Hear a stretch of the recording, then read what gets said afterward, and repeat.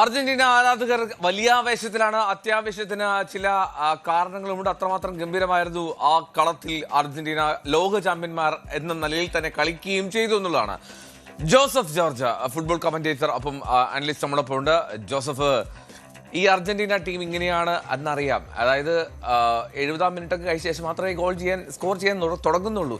എന്ത് സ്വഭാവമാണെന്നറിയില്ല. എങ്കിൽ പോലും അസാധ്യമായിരുന്നില്ല ഇന്നലെ അർജന്റീനയുടെ പെർഫോമൻസ്. അർജന്റീന അർഹിച്ച വിജയം തന്നെയാണ് പൊരുതി നേടിയെടുത്തത്.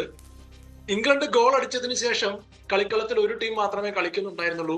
ജയിക്കാൻ വേണ്ടി കളിച്ച അർജന്റീന തന്നെ തോൽവി സമ്മതിക്കാത്ത അർജന്റീന അവര് 85-ാം മിനിറ്റിന് ശേഷം എങ്ങനെയാണോ ഈ ലോകകപ്പിലുടനീളം അവർ വേറൊരു ഫോം കാണിച്ചേക്കുന്ന അവസാന മിനിറ്റുകളിൽ ആ ഒരു പ്രകടനം തുടർന്നുകൊണ്ട് പോവുകയും അർഹിച്ച വിജയം നേടിയെടുക്കുകയായിരുന്നു. നല്ല അത്യുഗ്രൻ പ്രകടനം, ഒന്നും പറയാനില്ല.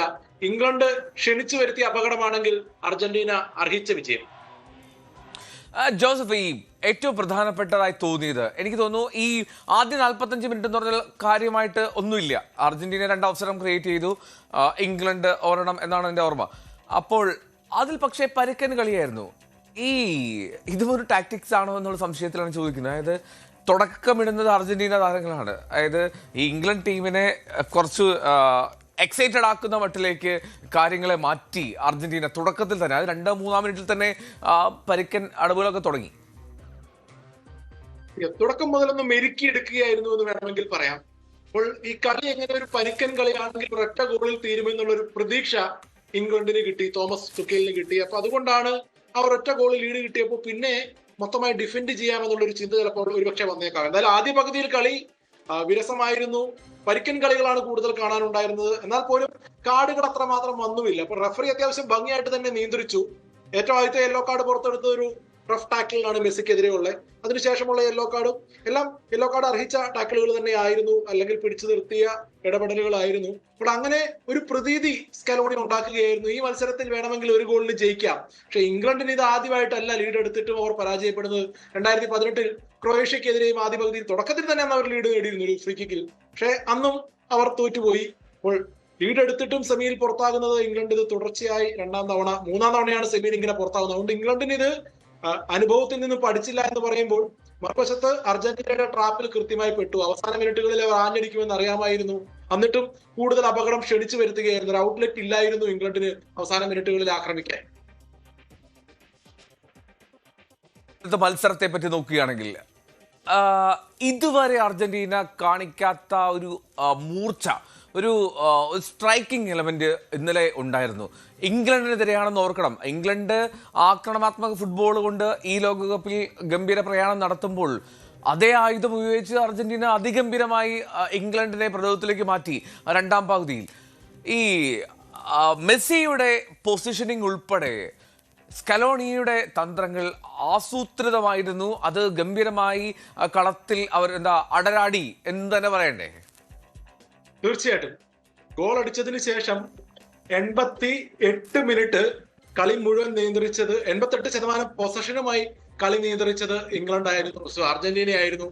അപ്പോൾ അതുകൊണ്ട് തന്നെ ആ ഒരു മേധാവിത്വം, അവർ പ്രതീക്ഷിച്ച ആ ഒരു മേധാവിത്വം തന്നെ അത് അവര് ലിയോണൽ മെസ്സി അവസരങ്ങൾ ഒന്നിനു പുറകെ ഒന്നായി സൃഷ്ടിക്കുന്നു. ആ സൃഷ്ടിക്കുന്ന അവസരങ്ങളിൽ നിന്നും അവർക്ക് അർഹിച്ച ആ ഒരു ഗോൾ കിട്ടി. അർഹിച്ച കംബാക്ക്, ഒരു ഗോൾ അത് 2 ഗോളാക്കി മാറ്റി. അതായത് അവസരങ്ങൾ ഒന്നിനു പുറകെ ഒന്നായി സൃഷ്ടിക്കുകയാണ്. ഇംഗ്ലണ്ടിന് നേരത്തെ പറഞ്ഞ ഒരു ഔട്ട്ലെറ്റ് ഇല്ല, കളിച്ച് നേടിയതാണ് അർജന്റീന ഈ വിജയം. ഒരു സംശയവും അക്കാര്യത്തിലില്ല. എനിക്ക് തോന്നുന്നു മെസ്സി ഫാക്ടർ നിലനിൽക്കുന്നു എന്നുള്ളത് ശരി തന്നെ. പക്ഷേ ഇന്നലത്തെ മത്സരത്തിൽ, ഒരു പക്ഷേ കഴിഞ്ഞ മത്സരങ്ങളിലെ എക്സ്പീരിയൻസ് കൊണ്ടാണെന്ന് അറിയില്ല, ഈ കണ്ടിരുന്ന ആരാധകർക്ക് പോലും ടെൻഷൻ ഉണ്ടായിരുന്നില്ല. ഇത് അർജന്റീന ജയിക്കുമെന്നുള്ളൊരു ഫീലായിരുന്നു തോന്നുന്നു. 1-0 പിന്നിലായ ശേഷവും എന്തുകൊണ്ടാണ് അർജന്റീനയ്ക്ക് ആ ഒരു കോൺഫിഡൻസ് നൽകാൻ കഴിയുന്നത്? എങ്ങനെയാണ് അർജന്റീന ഇത്തരത്തിൽ ഈ ആരാധകരെങ്കിലും പാകപ്പെടുത്തിയെടുത്തത്? യെസ്, അതെനിക്ക് തോന്നുന്നു മെസ്സി കളിക്കുമ്പോൾ എപ്പോഴും നമ്മൾ ഒരു മാജിക്ക് പ്രതീക്ഷിക്കും. പക്ഷെ ഇന്ന് ആ മാജിക്ക് വരുന്നത് വ്യക്തമായി കാണാമായിരുന്നു. 9 ട്രിപ്പിളുകളാണെന്ന് ഇന്നത്തെ മത്സരത്തിൽ ലിയോണൽ മെസ്സി പൂർത്തിയാക്കിയത്. 2 അസിസ്റ്റുകൾ. അപ്പോൾ അദ്ദേഹം തന്നെയാണ് ഇന്നത്തെ മാൻ ഓഫ് ദി മാച്ച് എന്ന് നിസ്സംശയം പറയാം. ഈ ലോകകപ്പിൽ ഒരുമാതിരിപ്പെട്ട എല്ലാ അറ്റാക്കിംഗ് മെട്രിക്സിലും അർജന്റീനയുടെ നമ്പർ 1 മെസ്സി തന്നെ. അപ്പോൾ ഈ നിലവിൽ ഗോൾഡൻ ബൂട്ട് റേസിലും 1-ാം സ്ഥാനം തിരിച്ചു പിടിച്ചു 2 അസിസ്റ്റുമായി. അങ്ങനെ ഇന്നൊരു മെസ്സി മാജിക്ക് തന്നെയായിരുന്നു, യാതൊരു സംശയവുമില്ല. അത് 2ാമത്തെ ഗോളിന്റെ അസിസ്റ്റ് എടുത്തു പറയണം. അദ്ദേഹത്തിന്റെ വീക്കർ ഫൂട്ടായ റൈറ്റ് ഫൂട്ടിൽ നിന്നാണ് ആ ഇഞ്ച് പെർഫെക്റ്റ് ക്രോസ്. ഇംഗ്ലണ്ട് നല്ല ഉയരക്കാരായ ഡിഫൻഡർമാരെ കൊണ്ടുവന്ന് പ്രതിരോധിക്കാൻ നിൽക്കുമ്പോഴാണ് അങ്ങനെ ഒരു ക്രോസ് വരുന്നതും ലൗട്ടാരോ മാർട്ടിനസ് തുടർച്ചയായ 2ാം മത്സരത്തിലും ഇഞ്ചുറി ടൈമിൽ അവസാന വാക്ക് പറയുന്നത്. ഉറപ്പായിട്ടും ഈ ഇംഗ്ലണ്ടിനെ സംബന്ധിച്ച് തോമസ് ടുഹേൽ അദ്ദേഹം ഒരു വളരെ തന്ത്രജ്ഞനായിട്ട് പരിശീലകനാണ്, വളരെ കണ്ണിങ് ആയിട്ട് ടാക്ടിക്കലായിട്ട് കാര്യങ്ങൾ ചെയ്യുന്ന ആളാണ്. പക്ഷേ എന്താണ് ശരിക്കും ഇംഗ്ലണ്ടിന്റെ പെർസ്പെക്റ്റീവിൽ നോക്കിക്കഴിഞ്ഞാൽ എവിടെയാണ് അവർക്ക് വീഴ്ച സംഭവിച്ചത്? ഇംഗ്ലണ്ട് എവിടെയാണ് പിഴച്ചു പോയത്? ഇംഗ്ലണ്ടിനെ സംബന്ധിച്ചിടത്തോളം അവരുടെ ഓവർ ഡിഫെൻഡ് ചെയ്യാനുള്ള ആ ഒരു തീരുമാനമാണ് പിഴച്ചതെന്ന് പറയാം. അവർ അത്യാവശ്യം ഭംഗിയായി അവരുടെ ഒരു സ്ലോ ബിൽഡപ്പ് ആണല്ലോ പൊതുവെ നമ്മൾ കാണാറുള്ളത്. ഈ ടൂർണമെന്റിൽ അവരുടെ വിജയിച്ച തന്ത്രം അതേപടി തന്നെ അവർ ഈ മത്സരത്തിലും തുടർന്നുകൊണ്ട് പോവുകയായിരുന്നു. പക്ഷെ ഗോൾ അടിച്ചതിന് ശേഷം അവർ തന്ത്രങ്ങൾ അതേപടി മാറ്റി. ക്ഷണിച്ചു വരുത്തിയ അപകടം എന്ന് പറയുന്നത് അതുകൊണ്ട് തന്നെയാണ്. അവർ അതിനുശേഷം വെറും 12% പൊസഷനാണ് 55ാം മിനിറ്റിൽ ഇംഗ്ലണ്ട് ഗോൾ അടിച്ചതിന് ശേഷം മത്സരം അവസാനിക്കുന്ന 92ാം മിനിറ്റിൽ ആ ഗോൾ വരുന്നോടം വരെ അവർക്കുള്ളത്. അതായത് കളിച്ചിട്ടേ ഇല്ല. നമ്മൾ സാധാരണ ഒരു ചെറിയ ടീമും വലിയ ടീമും തമ്മിലുള്ള ഒരു മത്സരത്തിൽ പോലും ഇതിനേക്കാൾ കൂടുതൽ പൊസഷൻ ആ ചെറിയ ടീം വെക്കാറുണ്ട്. അപ്പൊ ഇംഗ്ലണ്ട് ഇത് അവർക്ക് ഡിഫെൻഡ് ചെയ്യാൻ പറ്റും എന്നുള്ള ഒരു പ്രതീക്ഷയിൽ, അമിത പ്രതീക്ഷയിൽ, ഓവർ അവർ ഡിഫെൻഡ് ചെയ്യാൻ കടിച്ചു തൂങ്ങി നിൽക്കാൻ ശ്രമിച്ചു. പക്ഷേ പിടിവിട്ട് നിലയില്ലാ കയത്തിലേക്ക് പോയി. റൈറ്റ്. ഇനി Harry Kane, Jude Bellingham, Lionel മെസ്സിയെ പിടിച്ചുകെട്ടാൻ ഇംഗ്ലണ്ടിന് കഴിഞ്ഞില്ല. പക്ഷേ ഹാരി കെയ്ൻ, ജൂഡ് ബെല്ലിംഗ്ഹാം രണ്ടുപേരും നിശബ്ദരായിരുന്നു. അത് ഏത് തരത്തിലാണ് അർജന്റീനയുടെ ഡിഫൻസ് ഈ ടൂർണമെന്റിലെ ഏറ്റവും ഗംഭീര പ്രകടനം കാഴ്ചവെച്ചിരുന്നല്ലേ? തീർച്ചയായിട്ടും തുടക്കത്തിൽ തന്നെ ജൂഡ് ബെല്ലിംഗ്ഹാമിനെ മെരുക്കിയെടുത്തു എന്ന് പറയാം. നമ്മൾ ആദ്യം പറഞ്ഞ ആ ഫൗളുകൾ ജൂഡ് ബെല്ലിംഗ്ഹാമിനെ ശരിക്കും ബാധിച്ചിട്ടുണ്ടായിരുന്നു. പലപ്പോഴും അദ്ദേഹത്തെ ആർഗ്യൂ ചെയ്യുന്നതും ബാക്കിയുള്ള ഫൗളുകളിലൊക്കെ പോയി റഫറിയോടും കളിക്കാരോടും തർക്കിക്കുന്നതും ഒക്കെ കാണായിരുന്നു. അപ്പോൾ ആ ഒരു ഹെഡ് സ്പേസിൽ അർജന്റീന ഡിഫൻഡർമാർ, പ്രത്യേകിച്ചും ഡിഫൻഡർമാർ മാത്രമല്ല ലിയാൻഡ്രോ പരഡേസും ഇതിലൊരു മുഖ്യ പങ്ക് വഹിച്ചിരുന്നു. ഇവരൊക്കെ അങ്ങനെ ഒരു കളിയിലൂടെ, ഒരു പരുക്കൻ അടവുകളിലൂടെ അങ്ങനെ കയറി പറ്റുകയും ചെയ്തു. അങ്ങനെ ഒരു ഇമ്പാക്ട് തീർച്ചയായിട്ടും ഈ രണ്ടുപേർക്കും, രണ്ട് പ്രധാനപ്പെട്ട കളിക്കാർക്കും. ഹാരി കെയ്ൻ ഡിഫെൻഡ് ചെയ്യുന്ന ഓർമ്മയാണ് എനിക്കുള്ളത്. ബോക്സിൽ വന്ന് പന്ത് ക്ലിയർ ചെയ്ത് പോകുന്നത്. എനിക്ക് ഒരു ഷോട്ടാണ് ഹാരി കെയ്ൻ ഈ മത്സരത്തിൽ എടുത്തത്. ജൂഡ് ബെല്ലിംഗ്ഹാമിന്റെ ഷോട്ട് പോലും ഓർമ്മയില്ല എന്നുള്ളതാണ് സത്യം. അപ്പോൾ ഹാരി കെയ്ന്റെ ഷോട്ട് നേരെ ബ്ലോക്ക് ആയിരുന്നു. അപ്പം ശരിക്കും പറഞ്ഞാൽ രണ്ടുപേരെയും ഒതുക്കി കളഞ്ഞു. ബോക്സിനുള്ളിൽ അവരുടെ ഒരു കോമ്പിനേഷൻ പ്ലേ ഒന്നും, അറ്റാക്കിംഗ് ട്രാൻസിഷനിലൊന്നും നമുക്ക് ഒരിക്കലും കാണാൻ പറ്റിയില്ല. രണ്ടുപേരെയും നിശബ്ദരാക്കി കളഞ്ഞു അർജന്റീന ഡിഫൻസ്. അതില് ഇന്ന് ശരിക്കും പറഞ്ഞാൽ സ്കലോണിയുടെ തന്ത്രങ്ങൾ നമ്മൾ പൊതുവെ പ്രവചിക്കാൻ പറ്റില്ല എന്ന് പറഞ്ഞതുപോലെ ഇന്ന് ആദ്യത്തെ ചേഞ്ച് തന്നെ മാറ്റി. ഡിഫൻസീവ് ചേഞ്ച് തന്നെ അത്ഭുതപ്പെടുത്തി. ലിസാൻഡ്രോ മാർട്ടിനസിനെ പിൻവലിച്ചിട്ടാണ് ഒട്ടോമെന്റിയെ കൊണ്ടുവന്നത്. ലിസാൻഡ്രോ മാർട്ടിനസും ക്രിസ്ത്യൻ റൊമേറോയും രണ്ടുപേരും യെല്ലോ കാർഡിലാണ്. ആ ഒരു സാഹചര്യത്തിൽ പൊതുവെ നമ്മൾ പ്രതീക്ഷിക്കുക റൊമേറോയെ പിൻവലിക്കുമെന്നാണ്. പക്ഷെ അങ്ങനെ ആയിരുന്നില്ല. ഇടിച്ചു കളിക്കുന്ന 2 ഡിഫൻഡർമാർ വേണം എന്നുള്ള ഒരു തീരുമാനത്തിലേക്ക് സ്കലോണി പോവുകയായിരുന്നു. ആ ഒരു കോമ്പിനേഷൻ, കഴിഞ്ഞ വേൾഡ് കപ്പ് നേടിക്കൊടുത്ത ആ ഒരു കോമ്പിനേഷൻ തന്നെ ഇത്തവണയും ഫൈനലിൽ അവരെ എത്തിച്ചു.